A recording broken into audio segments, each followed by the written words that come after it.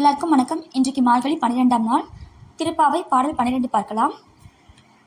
கனைத்து இளம் கற்றேருமை கன்றுக்கு இறங்கி நினைத்து மூளை வழியே நின்று பால் சோர நனைத்தில்லம் சேராக்கும் நற்செல்வன் தங்காய் பனித்தலை வீழனின் வாசற்கடை பற்றி சினத்தினால் தென்னிலங்கை கோமானை சேற்ற மனத்துக்கு இனியானை பாடவும் நீ வாய்த்தீரவாய் இனித்தான் எழுந்திராய் ஈதென்ன பேருறக்கம் அனைத்து இல்லத்தாரும் அறிந்தேலோர் எம்பாவாய்.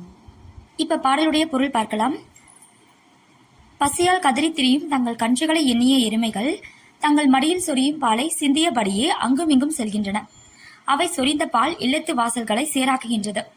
இந்த அளவுக்கு விடாமல் பால் சொரியும் எருமைகளுக்கு சொந்தக்காரனான ஆயனின் தங்கையே, கொட்டுகின்ற பனி எங்கள் தலையில் விழ உன் வீட்டு தலைவாசலில் நாங்கள் காத்து நிற்கிறோம்.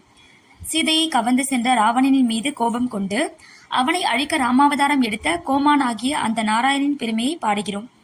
நீயோ இன்னும் பேசாமல் இருக்கிறாய்.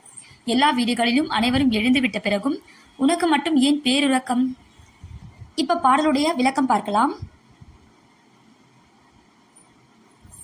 எருமைகள் பால் சொரிந்து உறங்கும் தோழியின் இல்லவாசலை சேராக்கி விட்டதால் அவளது வீட்டுக்குள் நுழைய முடியாத பெண்கள் அவளது வீட்டு வாசலில் உள்ள ஒரு கட்டையை பிடித்து தொங்கியபடி அவளை எழுப்புகிறார்களாம். இந்த பாடலில் தலையிலோ பனி பெய்கிறது. மார்கழியில் எழுந்து குளிர் தாங்காமல் வெந்நீரில் குளிப்பவர்கள் இவர்கள் படும் கஷ்டத்தை உணர வேண்டும். கீழே பால் வெள்ளத்தால் குளிர்ச்சி, மேலே பனியின் குளிர்ச்சி, இத்தனையும் தாண்டி இறைவனை அடைய எத்தனிக்கிறார்கள் இவர்கள்.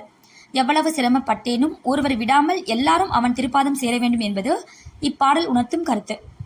இந்த பதிவு உங்களுக்கு பயனுள்ள பதிவாக இருக்கும் நம்புறேன். இந்த பதிவு உங்களுக்கு பிடிச்சிருந்தா லைக் பண்ணுங்க, ஷேர் பண்ணுங்க, சப்ஸ்கிரைப் பண்ணுங்க. நன்றி, வணக்கம்.